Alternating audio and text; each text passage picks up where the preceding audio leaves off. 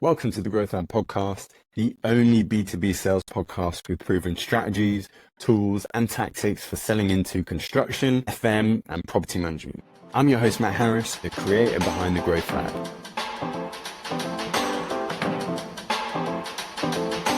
So let's talk a little bit more about prospecting, because I know before we came on, we spoke about how, in particular with cleaning, a lot of cleaning businesses sort of rely on referrals and inbound marketing. And obviously tech is great for that. But like, what's your opinion on prospecting in general? Like what's the approach that you tend to sort of educate your SME business owners in terms of what they should do with prospecting? So I think in terms of prospecting, it's a blend, because what you've got to remember is the one thing I hear from all my clients is, well, I don't use LinkedIn. You might not use LinkedIn. If your customers do and they don't like the telephone or don't or have, I think they say the average person has about 150 emails in their inbox a day. So how are you going to stand out if you're number 150 and then you times that by every day they're getting 150, your email's going to get lost. So it's ultimately having a blend and remembering that you are not your target audience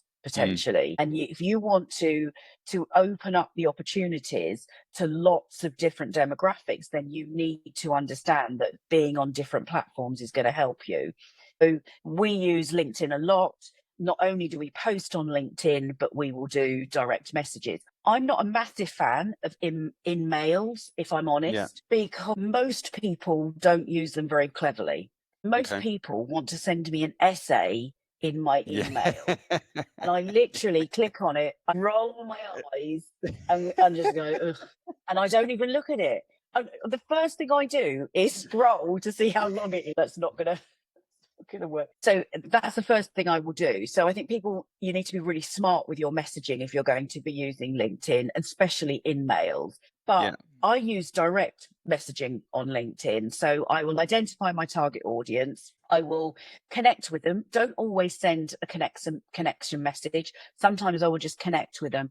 Or I might have liked some posts that I've seen of theirs. Then I will connect with them because they might have already seen my name. Then once I've connected with them, I don't, within 30 seconds of connecting with them, send them a spammy email, a spammy direct message that then tells them all about my services and would they like to have an appointment with me. Because I wouldn't go to a networking event and go, hi, Matt, I'm Kristy from Desk Consultancy. We do this. Would you like to buy my services? So if you wouldn't do it when you were networking, why is it okay? You're literally, I think there was years ago, there was a Barclays advert, and apologies if it's the wrong credit card company, but I think it was, where there's an advert where someone meets at the bar, then they're going for dinner, they're talking about marriage, then they have children, then they get divorced, and then the meal ends. That's what people are trying to do on LinkedIn when they send these spammy sales messages. So it's actually, some of it can be a longer game. So if I connect with someone and they are my target audience, there's a little bell on the profile on LinkedIn on that person's profile, and you can click it, and it means that you'll get notified every time they post something. So then once they posted something, you can then comment on it. And you've got to come up with some decent comments, especially if it's a little bit out of your sector. You've got to come back with meaning. And then what I might do is send them a message to say, oh, I really loved your post about such and such. What's your thought process on that? And I might go a little bit deeper. Or, I might leave it a couple of weeks and then engage with them. So I will engage with their post, but then I might send them a message.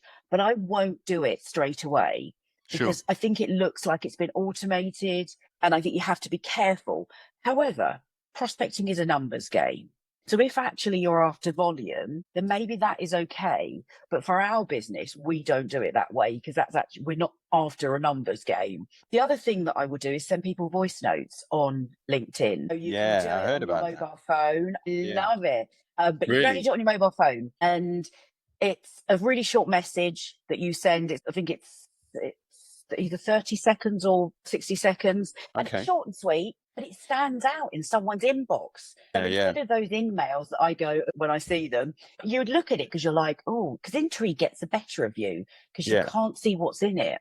You've got to listen to it to know what that person's saying. So that works really well. And the other one is doing a video. So I go onto someone's LinkedIn page and I've got an app that I use that then I'm in the bottom and I might be on their LinkedIn page or I might be on their website. And I say, so you do such and such. We work with a number of organizations and we've helped them increase their sales by X amount. Wondered if you'd be interested in finding out how we did that. And it'll be short and sweet.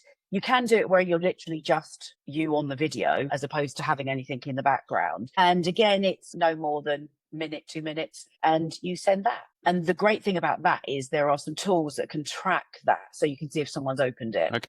And again, it stands out in the inbox because something looks a bit different. But lots of people are scared. They're scared of, oh my gosh, what if I look stupid? What if I say the wrong thing? Well, the beauty about recording it is if you stumble your words, just re-record it again. And if confidence or worrying about how you look or how you sound, you don't like your voice, you don't like seeing yourself on video, you're going to end up being your own assassin of your business because you're letting that be a barrier to you trying to do something different.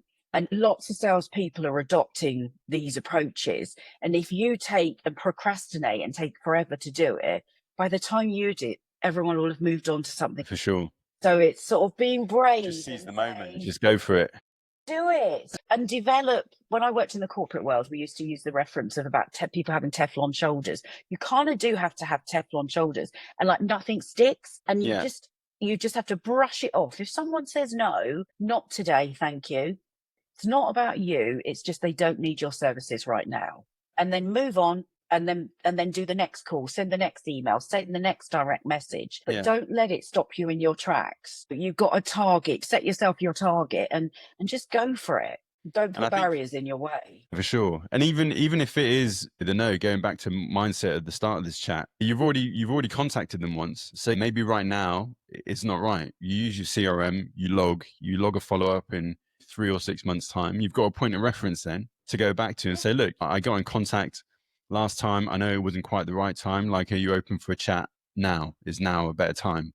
And if it's a no, then you go through the same process again. And that's how eventually you do get the opportunity, but also you're gradually building up your list of contacts, right? If you enjoyed this episode of the podcast, make sure you hit that follow button on Spotify or Apple Podcasts, or hit that subscribe button on YouTube to get early access to the next episode. And if you want weekly B2B sales tips sent directly to your inbox, make sure you subscribe to the Growth Lab newsletter via the link in the episode description. Until next time, stay grinding.